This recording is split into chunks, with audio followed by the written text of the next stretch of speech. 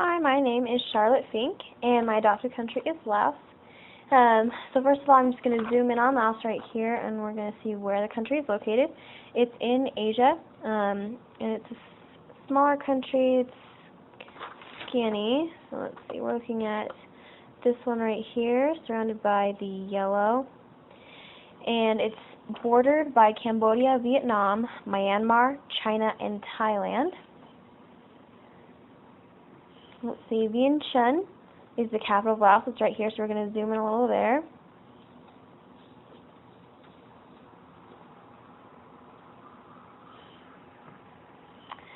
So Laos is a communist country.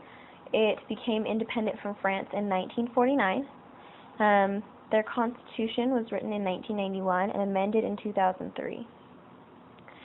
So a little bit about the government. The head of the government in Laos is President Lieutenant General Chumali Saigasan. Since 2006, he's been the president. Let's see, that's what he looks like. And then he was born in the Attapui province in Laos. We're going to zoom in on that.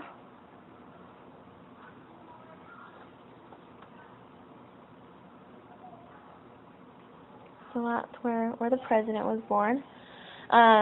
He's elected by the National Assembly and serves for 5 years.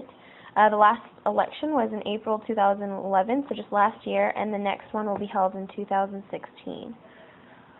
So a little about the government. The government in Laos is pretty corrupt, with a score between 0 to 10, 0 being as corrupt as you can get. Laos is a 2.2.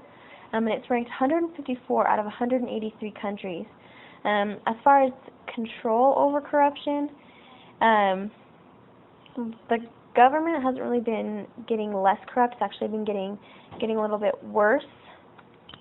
And let's see. So that's a little bit about the government. So corruption is a pretty big issue in Laos. As far as the environmental problems that are going on, deforestation and soil erosion are big environmental issues in Laos. So, let's see. So that's what the country's starting to look a little bit worse. Well, deforestation is a big deal. We're going to go and look at a little bit more of that. We can go to one of their logging yards.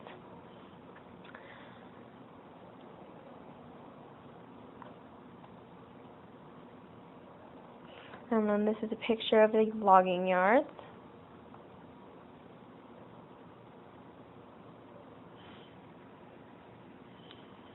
And then if we want to look at some soil erosion, so there's that. You can see that the road, the next to the road is being eroded. So that's a big deal there. A lot of the reason they're clearing the land is to make room for hydroelectric power plants, which is actually a big source of money for Laos, because they do have a lot of access to water.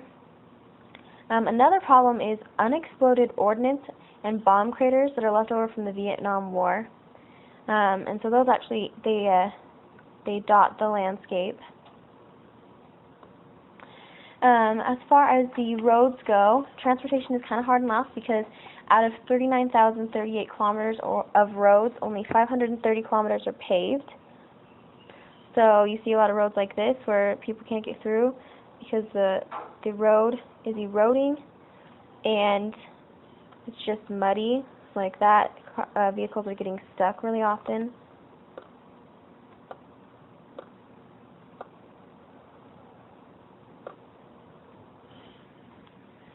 And then as far as global partnerships go, one of the ones that I found was the ODA, or Official Development Assistance, which is an organization that receives money from many governments of developed worlds and distributes the funds to developing countries. And that has helped the Laos government and public investment programs.